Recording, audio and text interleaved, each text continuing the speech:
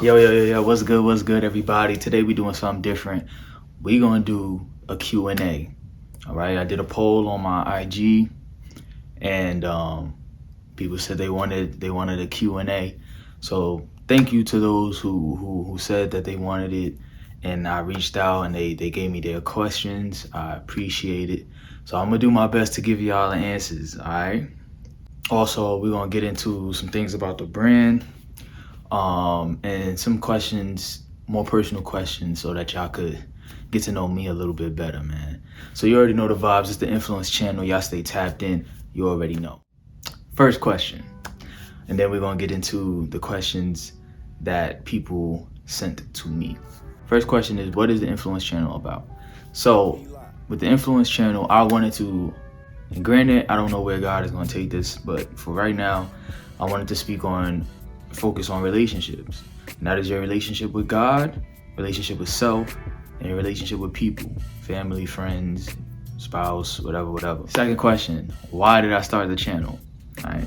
So I felt like now was a great time. And for those who are enjoying the content, y'all should thank my girl, because she was the one that got me into this stuff. I've always had that feeling inside, but she know how to pull the greatness out. So she told me,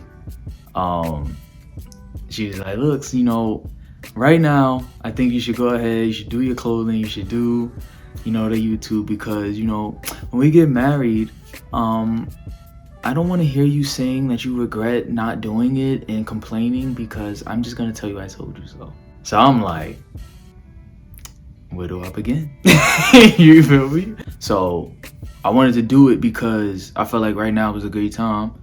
I feel like how God has structured my life revealed to me that influence is basically my life, from conversations that I've had, family members, and just soaking in wisdom, and always being someone who wanted to give people advice since I was a young bull. So I just felt like this is I do this. What I hope this to become, I want it to be like a community, because God has shown me, again, through conversations I've had with friends and people, and just really understanding my family, and just seeing how just being able to reap the benefits of a father and a mother, a husband and a wife who are submitted to God and committed to one another.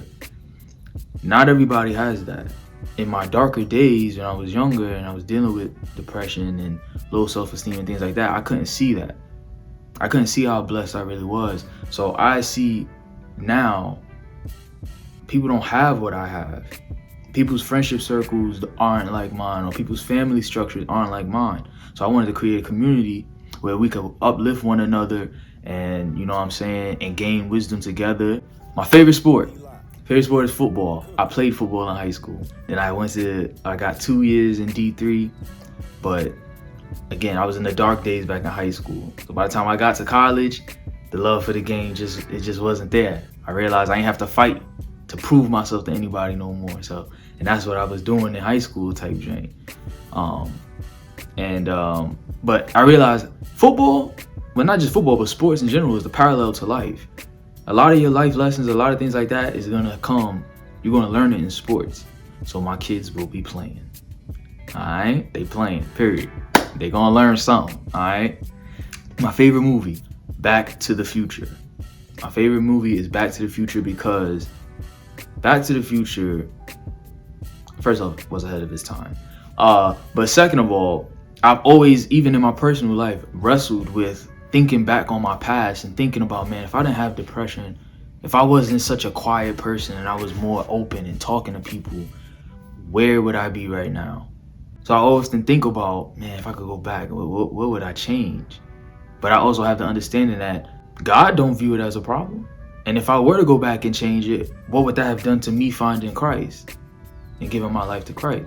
My future is still being written. In my present, I can still make a choice. Like the Bible says, choose ye this day whom you will serve. I can make a choice today to make a change. I don't have to go back in the past. Back to the Future is my dream. When that come on and I'm flicking through the channels and I see Back to the Future, and I put the remote down, you feel me? But yeah. So that's that. That's a little bit about me. and what I'm trying to do with this brand. And again, with the Nfluence clothing, the logo is just, yo, you're making a choice. Everyone is influential. Some are bad, some are good. The good, the bad, it's all on you. It's your choice. So if y'all want to go ahead, y'all cop y'all merch, you feel me? Go right, the link is going to be in the description. All right, go ahead, cop you some, be a part of this. You know what I'm saying? Y'all are a part of it too. You know? So now, let's get into the questions. Again, thank you to everyone who submitted their questions. Definitely going to be doing this a little bit more, you feel me? So, I'm going to say this person is anonymous, all right? She asked me a great question. So she asked me, basically, what if you're dating someone who loves God and prays but never had anyone around them to really teach them how to be in spirit? Do you stay and be patient? So to me, I feel like, yo, you just gotta be. And you being, you are teaching. Because if you're a follower of Christ, he already knows you more advanced than it. It's not gonna take long for him to know. So just be. Be the best version. Be your best self. Be who God wants you to be. And naturally, as he's seeing you do that, it's going to spark something in him to want him to be the best that he can be, to give his best to God as well. You know what I'm saying? So you don't even got to necessarily, your actions is going to teach him. What you stand for, standing on the word, that's going to teach him. And if he's not with it, when you standing on the word, he's showing who he is. I'll also say that, yo, like speaking from experience, I was in a relationship where I was with a newborn. Let's just say she's newborn. Just gave her life to Christ. You know what I'm saying? So I was with someone who was new in the faith. My problem was I was so hands-on. I was constantly trying to teach her, yo, you got to do this. Yo, you got to walk away from that. Yo, you got to do this, blah, blah, blah. Yo, you got to read the word every day. Yo, you got to be making sure that you're praying every day. Yo, did you repent of your sin? Yo, did you? You know what I'm saying? I was just overwhelming her because I've been in a relationship with Christ now for about 5 years. My parents told me, they said, yo, Dante, you have to meet her where she is. You can't be overwhelming her with a whole bunch of information that you learn because she don't understand it. Meet her where she's at. So as they told me, I will also tell you. But you also should find that balance. Being able to be spiritually edified, you got to keep making sure your sword is getting sharpened. And that's in your control. That's coming with you praying to God, you fasting, you looking into apologetics, how to defend your faith, you looking in and watching YouTube videos and things like that. I'm not going to say leave him. Ultimately, what happened in my relationship, I asked God to reveal, yo, if this ain't you, if you don't approve this relationship, let that joint burn. Let it crash down. I went to sleep one night in a relationship. I woke up the next morning single. It happened just like that. That joint was crazy at the time. I was like, yo, what just happened? But yo, he revealed it to me. So I would say these 3 things. Move with love. Because regardless of whether he's a newborn, whether he's a believer or not, we are to move with love regardless. Move with love, give space, and give grace. You want to give the space so he can learn who Christ is for himself. And that's hard in a relationship. You know, Apostle Paul talked about how those who are married seek to please their spouse, as opposed to how can I serve God. So it's going to be difficult because you're going to want to be with that person, but you're going to want to be with God as well. So sometimes this is why it's important to be equally yoked. But he's a newborn, so I'm not going to say y'all unequally yoked, but yeah, you got to give him some space, give him grace, because he's going to fall a lot of times. You just got to make sure you stand for him on the word, give that grace, you know what I'm saying, and continue to move with love. Second question comes from Queen Vash. So she asked me, is it biblical to think God will make the one, this is a paraphrase, is it biblical to think God will make the one for us and to think he has a kingdom spouse for us? So basically she asked me about, she brought up to me these terms called kingdom spouse or God ordained marriage and things like that. So after me and her was chopping it up, and I got a little bit of understanding, where I stand on it is, I don't believe, there's millions and millions and billions of people on this planet. I don't believe out of that billion, there's only one person that is walking the face of this earth that is for you. I don't believe that. So in the Bible, I don't see God telling certain men, marry this woman. The only time I saw it was in the book of Hosea. And that wasn't even, I don't even think that was about marriage. That was about God showing Hosea, this is how Israel has done me. Constantly cheating. He made him marry he told him to marry a prostitute. I don't think God tells us marry this person. In general, on a majority scale. He may for certain people say, yeah, go ahead and marry this person.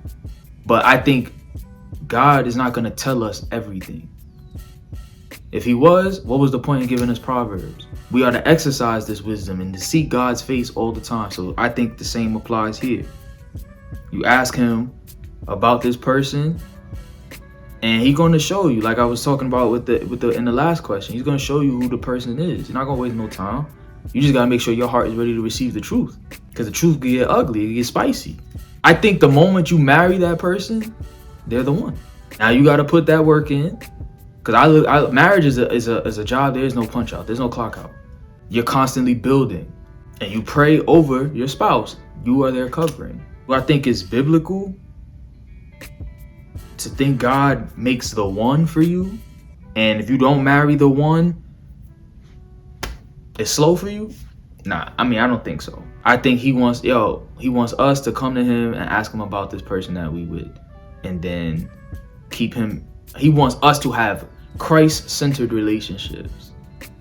Because how I saw it, or how it was explained to me, when you have a Christ-centered relationship, Christ is at the top. Y'all two are down here, but y'all are also connected at the bottom. And in that relationship, y'all will constantly grow and get closer, because Christ is going to pull y'all closer. Lastly, from my man Jay Conceited, his question was, when is it a good time to stop and celebrate progress you've made on your journey? And that's a great question, because me personally, I don't do much celebration. I'm going to keep it a stack with you. Just as a man, I'm always thinking ahead. I'm always thinking the future. What am I building?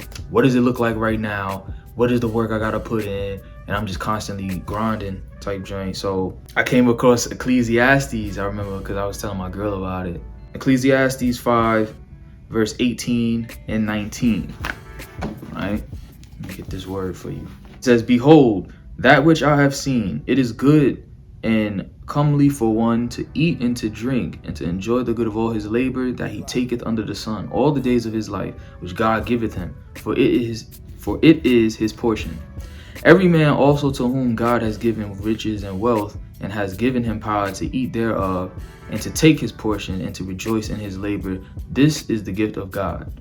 We need to take time, and we should always be thanking God for everything. When you know you did something that you put work into to do, go ahead and pat yourself on the back.